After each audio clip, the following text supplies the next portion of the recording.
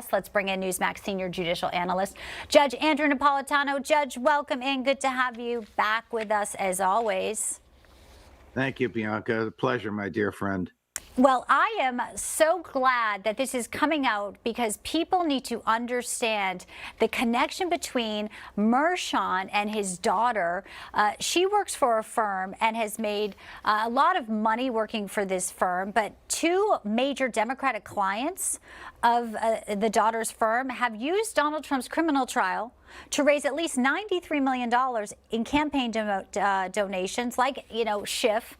They say this is a major conflict of interest. They're asking Mershon to recuse himself. He won't.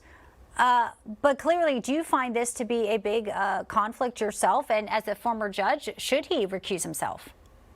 Well, here's the history. The judge on his own, Bianca, issued a gag order silencing the former president from making public comments about several people, mainly the prosecutors and the witnesses in the case. He did not name himself, and he did not name his daughter. I think he did the right thing. Now, in my world, there would be no such thing as a gag order. I never issued one. I believe they're unconstitutional, particularly when the defendant is a public figure and people are taking shots at him from all corners.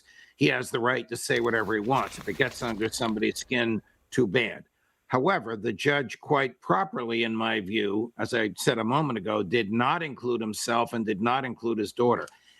After the former president attacked the daughter over the weekend, I scratch your head. Well, why is he attacking the judge's daughter? Well, the judge's daughter, as you pointed out, is a major Democratic fundraiser who's raising money for Democratic candidates based upon Donald Trump as a defendant in this case.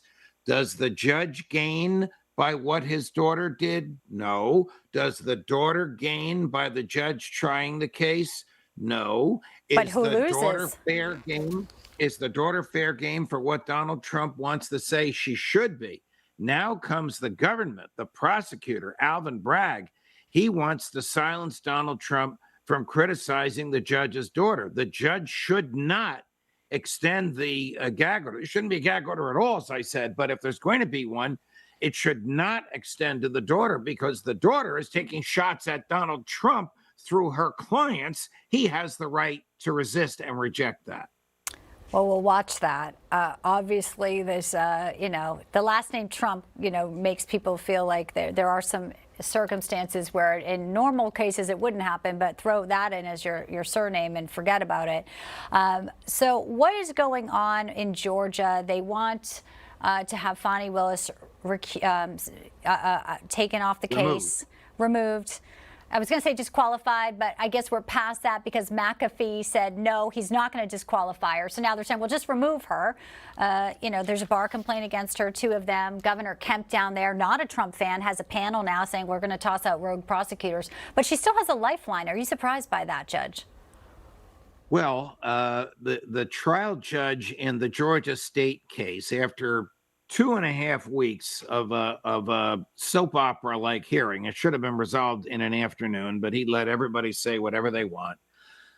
Decided not to remove Fani Willis from the case if her boyfriend left. The boyfriend left. She's now back in charge.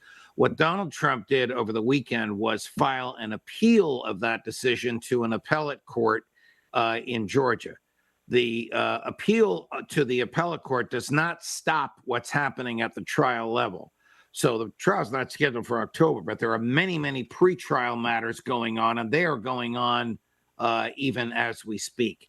At the same time that this appeal is being filed, Ms. Willis is being investigated by ethics examiners in Georgia to decide whether or not she violated the canons of legal ethics by hiring the boyfriend. We're running out of time. This is it's a fascinating case, and we got to dedicate a whole block to it, Judge. And McAfee himself is up for election because he was appointed. The plot thickens. And so is Fani Willis. And so is Fani Willis. You couldn't make this up.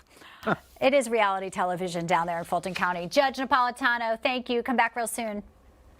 Of course, Bianca. Thank you.